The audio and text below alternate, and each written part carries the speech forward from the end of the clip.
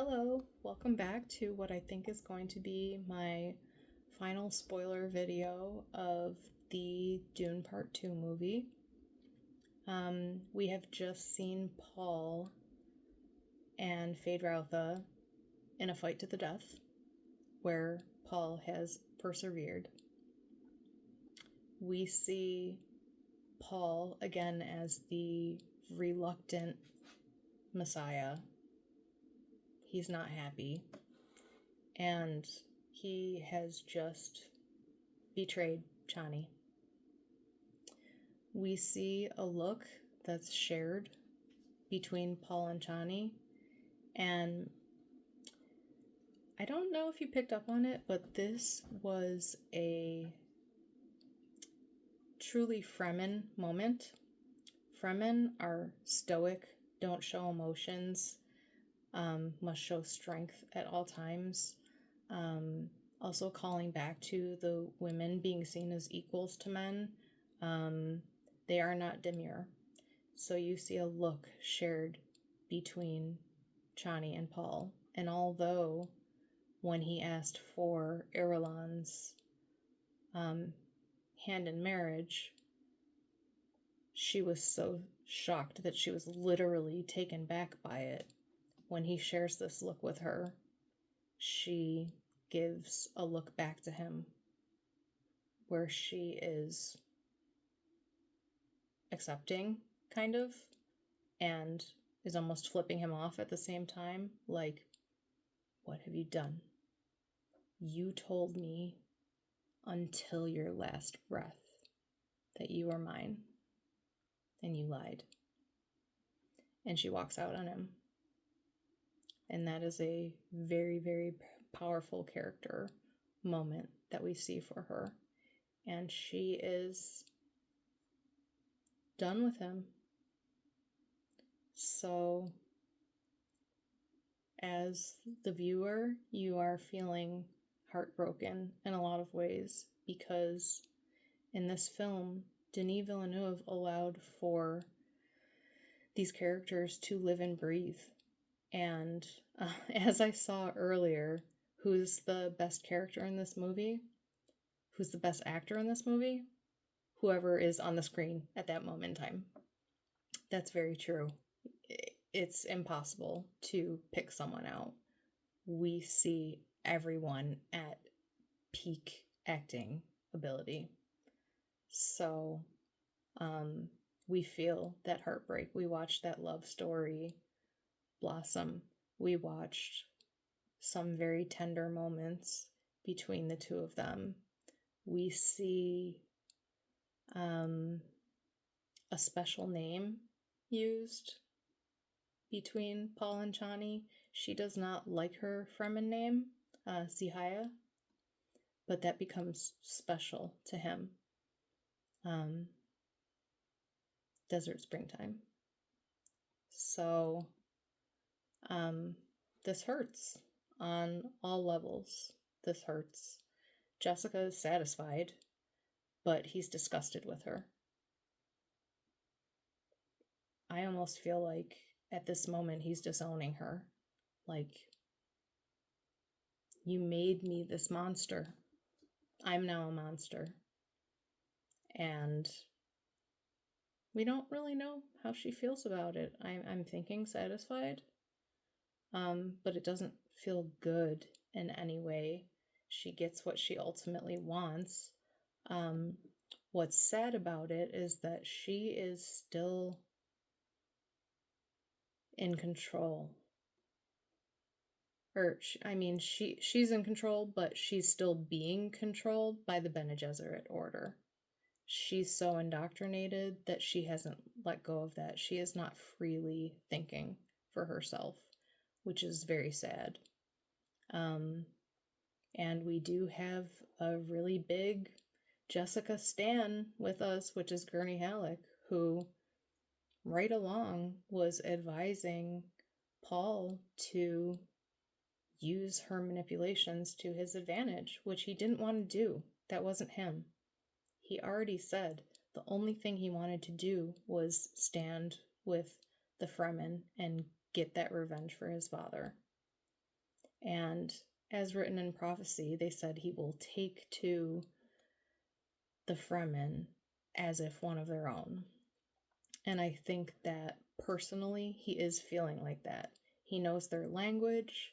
He, in the first movie, put on his still suit. Liet Kynes asks him, "Oh, you've worn a still suit before?"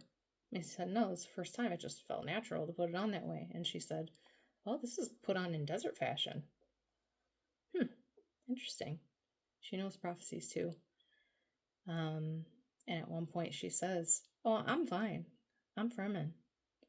So we see a culmination of all that. But again, it is not satisfying. It doesn't feel good. And I'm going to repeat what I said earlier, which was Dune is not a fairy tale. We're not getting fairy tale endings here. This is a story to make you think on many, many different levels. And I felt like this film stayed true to that. Absolutely. Which is very enjoyable and satisfying, though not satisfying because the story hurts.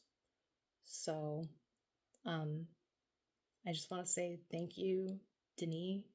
Thank you, cast and crew. As a Dune fan, I couldn't have asked for more. And of course, there are skeptics. I haven't really read much, but yeah, to get headlines, people are hating. There will always be haters. People will always be dissatisfied in some ways. But as a person who's been living and breathing Dune for at least the last 10 years and who knows these characters so well that I feel like I have slept in bed with them, I did not feel a disservice as a fan whatsoever. So I am really wanting people to go out and see this movie and learn about Dune and read the books so that the fandom can grow, because there is definitely room for that, especially because of the messages behind all of the themes that are in Dune. I definitely have some more thoughts, but they are more like teased out little things. They really don't have to do with the story, so I'm gonna keep those for separate videos. The only thing that wraps up this story is that we not only see Chani leave and walk out on Paul, but we also see her pack her things, and we don't know where she's going. She turns around and looks back, and it seems like she's about to leave all this behind. So I'm curious to see what happens in the next film. I don't know if it's going to stay true to the next book in the series, which is Messiah. So we have plenty of time to think about it and theorize and come together as a fandom, and definitely be surprised by what the next film has in store, Dune Part 3. So with that, I'm going to wrap up. This was way, way, way longer than I thought it was going to be. I actually lost count of how many videos I've made, but I'm glad to have wrapped it up tonight. It's very, very late on the East Coast. So I am going to sign off for the night, and I hope that people have the chance to view some of these. I'd really like some feedback, perhaps by tomorrow, to see what else I might be able to add, things that I missed. Again, this was off the cuff. I did not have a script. I didn't write any of this down. And I didn't even take notes during the movie, so this was mostly just going from memory. I had a lot to spew. I felt like I needed to spill my guts. I was kind of at max capacity in my brain, and I need a little bit of time to think over and formulate what I want to talk about next. So, with that, I bid you adieu. Good night. like, share, and subscribe. If you subscribe, that unlocks some other features for me that'll give me the ability to monetize this video so that I have some funding to keep me going. And I'll also be able to go live, which would be fun.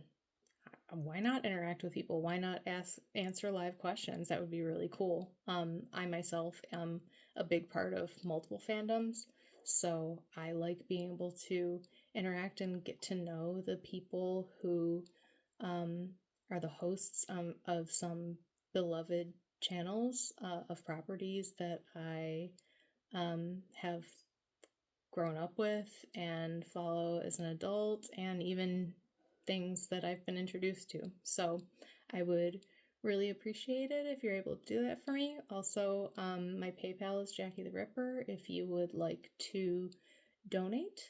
I will fill my tip jar, and that will definitely be a motivation to keep me going. And I will see you all soon. Thank you.